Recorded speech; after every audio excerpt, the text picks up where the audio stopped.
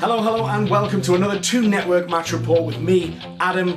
It's finished at St James's Park. It's finished Newcastle United 0, West Bromwich Albion 1, which means that they are still not relegated as it stands, which is mental, because I had them, so mathematically they're still not relegated. I had them relegated about 2 months ago, so to think that there's still a mathematical chance that they could stay up is unbelievable. But look, long story short, today we just didn't show enough. We didn't show enough fight. We didn't show enough desire. Nobody was. There was a malaise. There was a lethargy. The people seemed completely disinterested. First half in particular, and West Brom did not come here and did not play in a threatening way. They just didn't. They were what they were very good at was being very, very solid defensively, and we struggled to break them down. But in terms of going forward, we were able to nullify them quite well. It was just we couldn't show the initiative and the assertiveness that you need to win Premier League games at home. Now, let's not. I'm not going to go apoplectic over this, because it's, look, we've lost 2 winnable games by very narrow margins, both by a goal. In both of the games, so today against West Brom and on Monday against Everton, both these games could have easily been 1-0 to each side or 0-0, and that's how fine the margins are. And maybe, look, maybe we didn't expect to get a win against Leicester, maybe we didn't expect to get a win against Arsenal. So I think swings and roundabouts, it all levels out in the end, and I think we can't be too begrudging of a home defeat given our form in 2018 so far. Today it was almost like a return to 2017 form. It really was. I just felt a lot of people weren't at the races. So Slimani was dropped, which is the only change, and Gale started. And as I mentioned in the Everton match report, which you can check out on my channel, I thought Slimani was very unlucky to be subbed off in that game, because he should have been fed in twice by Perez in that game, and had he tucked one of those chances away, you know, his performance looks a lot better. We might have nicked a point out of the game.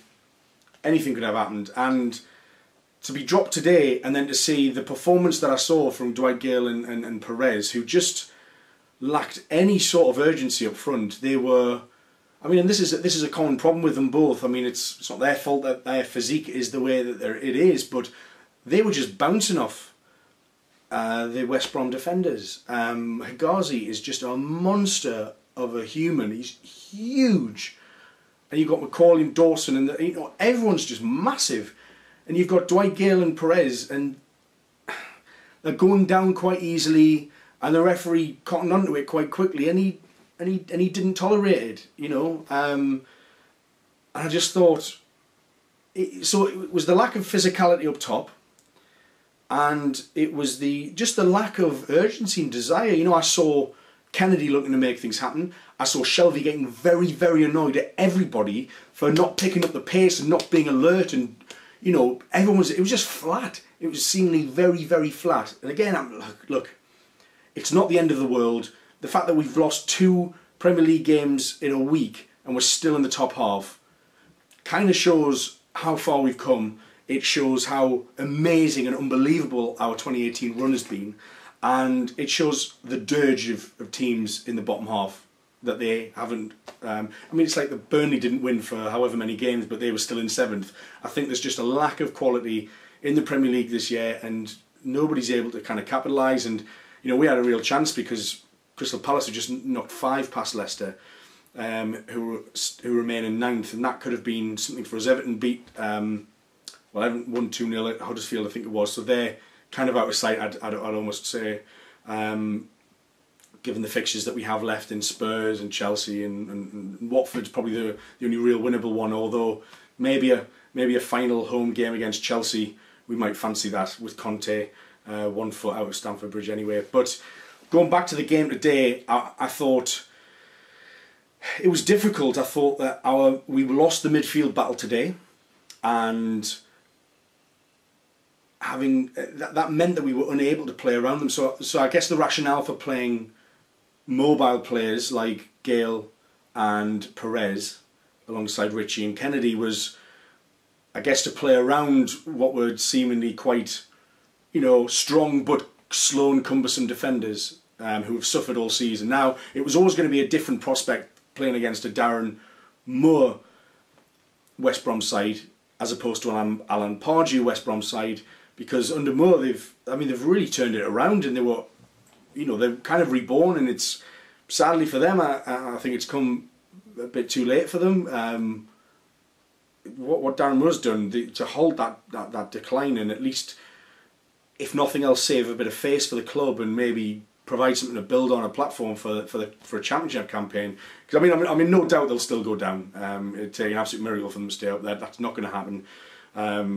But they fought today. There was some times that I thought West Brom fought a bit too hard.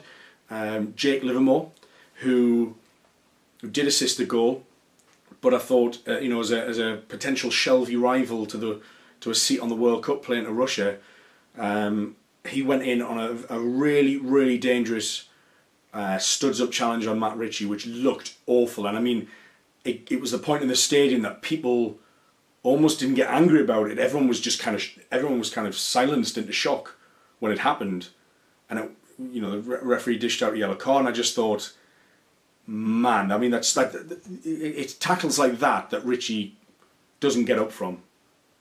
And maybe it looked worse than it actually was from where I was sitting. I was in the East Stand. I was fairly close to it, but it was nasty to watch. It was horrible, and thankfully Ritchie got up and jogged it off.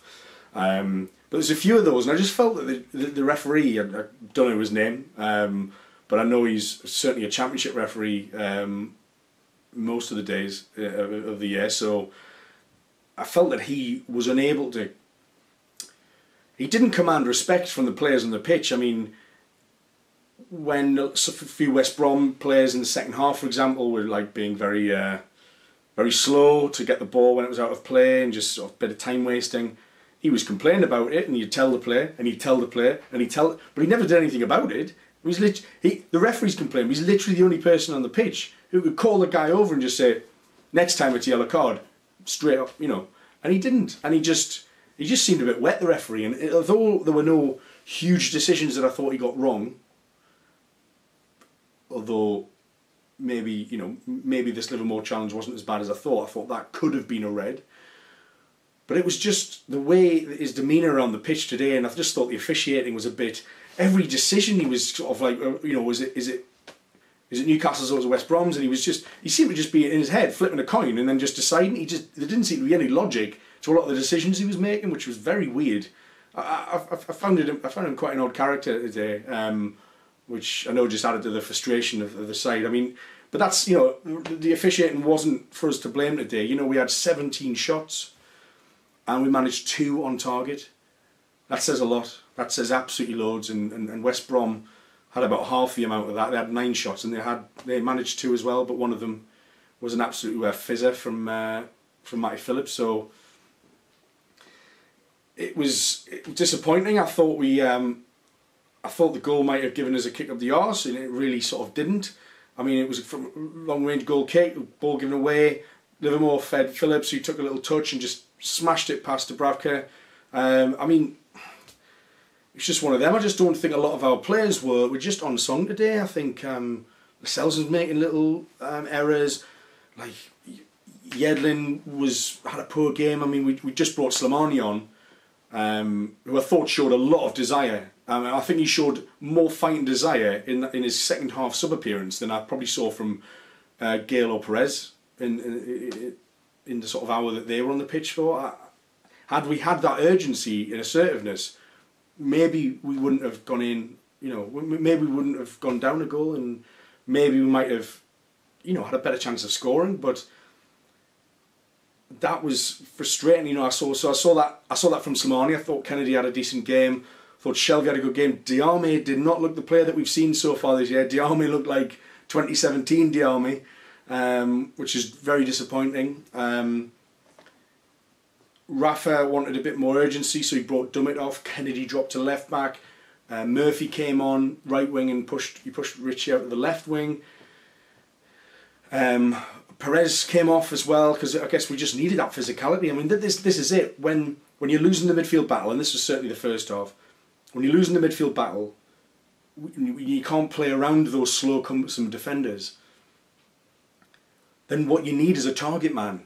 You need a plan B, and I thought honestly, I thought Slimani should have started today. Maybe, we don't get to see what's happening in training, and so the decision was influenced by that, I guess. But I just thought when Slimani came on, we at least showed a bit of drive. I mean, what we needed, and this is exactly why I think Jacob Murphy came on today, was they were set very well defensively in their back, their back lines. We couldn't play between them. I thought our lines were too distant from each other, so like our attackers were too far away from our midfielders. And that's why we just created a lot of space for them to play around, and I think that's why we weren't able to affect the game and dominate the game as we should be at home against the league's bottom side, albeit with their resurgent form, but they're down, and they looked very much our equal today, and obviously they played better than we did, and they walked away with 3 points. Maybe, yes, they deserved the win because they managed to put because they managed to score. But I think beyond that goal, they didn't really offer too much, and it just felt like a massive chance wasted for us. I mean, that's not to take anything away from West Brom, who I thought conducted themselves very well, and they seemed a very organised unit, is what I'd say, and a perfect away performance for them. Obviously, come too little, too late, I think, for Darren Moore. But when you can't play around the way that we want to, when you can't play around their defenders, we're losing the battle in midfield. Then we need that plan B. We needed that target man, and that didn't happen until well into the second half. And then when it did happen, the players like Yedlin had it. There was a chance, in the right hand side, that he had 2 chances to get crosses in, and it was just crosses were blocked. I mean, a lot of players on the team. It wasn't just isolated to a couple of players. A lot of our players just misplaced passes, fizzing them in. Things just weren't clicking. It was just, we seemed very out of sync today, very out of sync, and it's frustrating to watch. But let's not go. I'm annoyed and frustrated because we've lost, obviously, but it's not the end of the world. Should we have beaten them? Yes. Did we turn up today? No. It was a bad day at the office. It just didn't happen for us. Rafa will be furious, and he was. There was an incident which Rafa didn't see. I didn't see, where Slimani is alleged to have kicked out at Dawson, which early reports suggest that might be a retrospective ban. If it is, especially given the fact that Slimani didn't start today, which I think was a big indicator about whether Benitez will actually sign him permanently. Figure of about 21 million was touted earlier this week. Slimani turns 30 in June in a couple of months, so I would, if he gets banned, but I think the fact that he didn't start today tells you a lot, and that it's unlikely that he'll be asked, and we'll be putting a permanent transfer for him. I think Rafa will have many other targets. We need people certainly of that kind of ilk of quality of Slimani's, even if it's not him. But we saw when Hoslu came on, I mean, there's a chance where there was a couple of air swipes, and there's a big chance for Hoslu right at the end of the back post, where it just kind of came off his shins or something, and it just bobbled wide, and you just think, I think that was like the 85th minute, and I just thought that was the chance. I mean, the first half we had a chance, very unlucky, where there was a header from a corner, and I think it's possibly Gale who's fired it at the goalkeeper, who's sort of palmed it onto the bar, and they got away with one. So, but beyond that, like, there was a lot of half chances and 17 shots, but to get 2 on target, I think just tells the story of the entire game, really. But yeah, I think altogether, I mean, West Brom obviously had something to play for, and they did work hard, but they didn't. Again, they didn't blow Newcastle away with a desire and determination. I just think it was a very flat encounter, and I think it's very similar to the Everton game. I think both teams were just kind of sleepwalking a bit and were happy to play at a slower pace, but you know, as we found, we weren't able to penetrate by playing at a slow pace and passing it around. We kept having to switch wings, and there was just a load of opportunities where I just thought we need the high pressing thing had just completely gone, and we just give them, you know, like Gale should be chasing down the goalkeeper every time, and we should be applying pressure to their defenders, and we did that to an extent, but not, you know, why haven't we carried on the performance that we showed against Arsenal in the second half today? Is it because we just can't perform at a 3 o'clock kick-off against a lesser side? Do we get complacent? I think complacency is certainly a factor here. I think you could argue maybe fatigue, because we've been pushing ourselves very, very hard during this very successful run that we've been on, and that we can't take anything away, because ultimately, regardless of how upset you might feel today, and I'm feeling it as well, don't worry, but let's just take things in a wider context. We're top half. Not in our wildest dreams, when the transfer window in summer shut at the start of the season, would we think that we would have a chance of 9th going into the end of the season. Just my cat there getting involved. Anything to say? Nah. So we're very fortunate to not have to be worrying about results in the bottom half. We're not. I mean, it would be nice to finish 10th. If we finished 11th, for example, it doesn't mean much at all. It doesn't really mean at all. There he is. So, in context, you know, we're still in a very good place. It hasn't put us in danger. You know, Crystal Palace have won 5-0, and now they're the closest team to us in the league, which is crazy, because they were right in it at the start of the day. So it just shows how much it can change in the bottom half. But we don't have to worry about that. But I think today, and certainly against Everton as well, was maybe not the worst in reminding everybody, in reminding the ownership, that we don't really have a top 10 squad, and that we're lucky that we're there. And the quality in the final third, I think, has been a problem all season, and we're going to have to address it. We're going to have to break the bank. We're going to have to break our transfer record. We really are. We really, really are. Because if 21 million gets you, you know, Samani, who, you know, I was quite impressed with, but he's a 30-year-old, very experienced, but he might have done something very daft today. We don't know. Something that a Mitrovic might have done, to be honest, and we all know how that ended up. So, you know, you've got Mitrovic, who I don't think will be coming back to the club after the summer. You've got Samani, who I don't think will be signing permanently. You've got Perez and Gale, who, well, let's look at, I think Perez is slightly different because he sort of plays off, and he provides something different when he plays well. And he has had a good run, Perez, as well. Let's not forget that. So I don't want to vilify him too much, given his heroics the last month, really. But I think Gale is a player who just can't buy a goal either. But even then, you know, his movement's quite good. And then you got Hosselu, who again just, I don't think he has a future. So it's horrible to say, but I'd almost happily get rid of most of those 4 strikers, or not bring them in the case of Slimani, to see who we can get. And we need players that can do more than just one thing, you know. Gale's very good at his pace, and he's good at movement, but he can't finish. He lacks the confidence.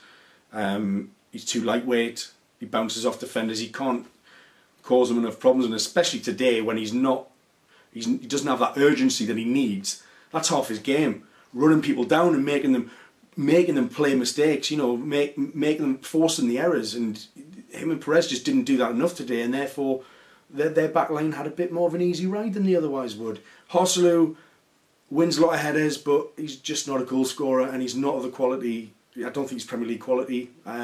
Great guy, I'm sure, but he probably needs a Championship club. Slimani, I don't think we're going to be paying the money that they want for a permanent transfer, so it probably rules him out. Mitrovic, as I said, I don't think would ever feature in Rafa's plans, so regardless of how many goals he scored for Fulham. So lots of changes to happen, and maybe these results the last week are maybe just a reminder that actually Rafa has performed miracles. A lot of these players, most of the time, are probably very average, and actually the heroics that he's performed to get his team playing the way they have done in the calendar year since the turn of, basically since the West Ham away before Christmas. I think this is a big hint that we are far from an established Premier League club. We will, if we want that, we will need to invest in the summer, because we can't do what we've done again this season, just expect it to go exactly the same, expect to finish top half. And I worry that Ashley's mentality as well, if we can finish top half once, we can do it again. We've tried to play that game many times before and we've got relegated twice, so dangerous game to play there. But yeah, I think, final word, I think I'd probably give man of the match to Shelvey. I thought he showed a lot of leadership today, probably more so than Lascelles, who I think, because he hadn't had the best of games, it's almost like Lascelles couldn't bring himself to shout at anybody else, because he probably was aware of a few mistakes he was playing. So Shelvey was making good crunching challenges. He made a great one on Rondon and immediately was shouting at Perez to, hurry up and pick it up and chase down. And I just think he wanted players playing at an intensity that he was expecting, and to be honest, probably what Rafa Benitez was expecting as well. So I imagine Rafa's gone to town on them. Things seem to have gone a bit complacent since they got a 2-day break after the Arsenal win, and we're going to need to finish strongly, because people still need to be fighting for their place in this squad. I don't think anybody's, bar a very few core players, people need to be fighting for their place in this squad for next season, because Rafa, as we've seen before, he's ruthless, and if he doesn't think you're going to bring your game to the table, if he thinks that you're going to become complacent, you're not going to work hard, then you just won't get picked, and you'll be out of here soon enough. So it's good that we've got a manager who can do that, make those difficult decisions and changes for the good of for the team, and he just needs to be backed. And I'd like to think he won't sign a new contract unless he has written statement in his contract to declare how much money he's going to be given, because Rafa's already made his lists. We know how meticulous he is. He already knows who he wants. He knows who his top 5 striking targets are. On the strength of what we've just seen today, it's like we're going to have to bring in at least 2. 100%. It's just not good enough, and it's as much as I'm not just going to get angry about this game, it's more of the wider picture that, yeah, our squad still lacks quality, it still lacks depth, and there's still a lot of hard work to do. No matter how good this run has been, we can't be naive going into next season. Thanks very much. I'm sorry it was a disappointing result, but I hope you've enjoyed the match report. Comments down below, really like to hear from you. It's fantastic, and please share with your friends. Subscribe to the channel. We're on Twitter and Facebook as well, as always. And if you want to listen to the audio version of this in a podcast form, we're on SoundCloud and iTunes as well. I've been Adam of the 2 Network. This has been a match report. It's finished Newcastle 0, West Brom 1. Bye-bye.